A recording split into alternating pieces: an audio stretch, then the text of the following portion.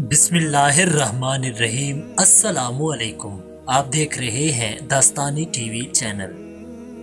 حضرت خواجہ حسن بصری رحمۃ اللہ علیہ کی کرامات۔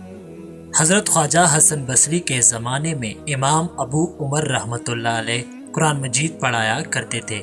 ایک مرتبہ ان کے پاس کوئی شخص قرآن مجید پڑھنے آیا۔ آپ نے اس کو پڑھانے میں بخل و خیانت کا ارتکاب کیا۔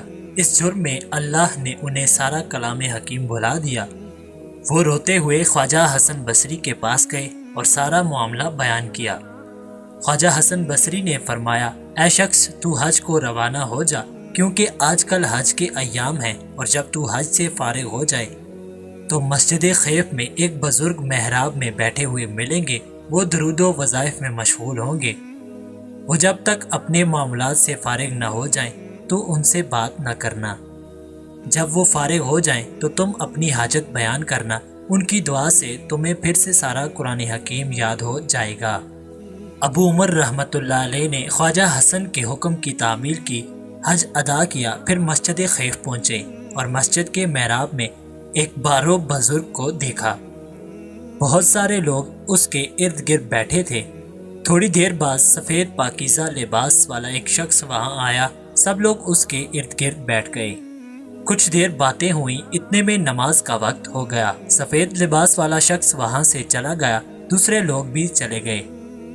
جب وہ بزرگ تنہا رہ گئے تو ابو عمر رحمۃ اللہ علیہ ان کے پاس پہنچے اور بعد السلام ان کو سارا مسئلہ بیان کیا۔ پھر دعا کی درخواست کی۔ ان بزرگ نے آسمان کی طرف دیکھا اور دعا فرمائی۔ ابھی انہوں نے دعا ختم بھی نہ کی تھی کہ ابو عمر رحمۃ اللہ علیہ کو دوبارہ سارا قرآن مجید زبانی یاد ہو گیا۔ ابو عمر رحمۃ اللہ علیہ اتنے خوش ہوئے کہ ان بزرگ کے قدموں میں گر گئے۔ انہوں نے ابو عمر رحمۃ اللہ علیہ کو اپنے قدموں سے اٹھایا اور پوچھا، تمہیں میرے پاس کس نے بھیجا ہے؟ جواب دیا، خواجہ حسن بصری نے۔ بزرگ بولے، خواجہ حسن بصری رحمۃ اللہ علیہ نے ہمارا پردہ فاش کیا ہے، ہم ان کا راز افشا کرتے ہیں۔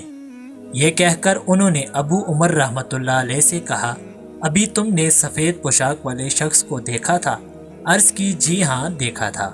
فرمایا، وہ خواجہ حسن بصری رحمۃ اللہ علیہ تھے جو روزانہ بصرے سے ظہر کی نماز پڑھ کر مکہ پہنچتے ہیں، جہاں ہم لوگ واعظ و نصیحت اور درس دیتے ہیں، اور جب عصر کی نماز کا وقت ہو جاتا ہے تو واپس بصرے چلے جاتے ہیں۔ پھر فرمایا کہ حضرت خواجہ حسن بصری رحمۃ اللہ علیہ جن لوگوں کے امام ہوں ان کو ہم سے دعا کروانے کی کیا ضرورت ہے، کیونکہ جن سے ہم خود سیکھتے ہیں وہ جن کے پاس ہوں ان کا ٹھکانہ ہی بہت بلند اور اعلیٰ و عرفہ ہوتا ہے۔ خواب میں حقیقت ظاہر ہو گئی۔ روایت ہے کہ ایک غریب اور مفلس شخص کا گھوڑا عیبی ہو گیا۔ اس نے حضرت خواجہ حسن بصری رحمۃ اللہ علیہ سے عرض کیا۔ آپ نے قیمت دریافت کر کے 400 دینار میں اسے خرید لیا۔ رات کو اس شخص نے خواب میں دیکھا کہ اس کا گھوڑا دوسرے گھوڑوں کے ساتھ بہشت کی چراگاہ میں چر رہا ہے۔ اس نے پوچھا، یہ کس کے گھوڑے ہیں؟ بتایا گیا، یہ تیرے تھے، مگر اب ان کے مالک حسن بصری رحمۃ اللہ علیہ ہیں۔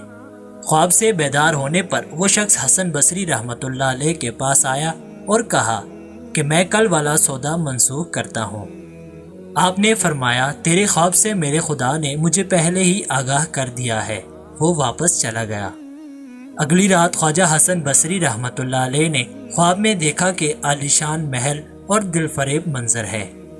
پوچھا، اس محل کا مالک کون ہے؟ جواب ملا، جو شخص سودا منسوخ کرے یہ اس کا محل ہے۔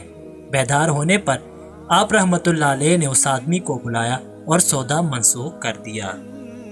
ویڈیو پسند آ جائے تو لائک اور شیئر ضرور کیجیے گا، اور مزید ایسی ہی ویڈیوز دیکھنے کے لیے ہمارے چینل داستانی ٹی وی کو سبسکرائب ضرور کر دیجیے گا۔ جزاک اللہ۔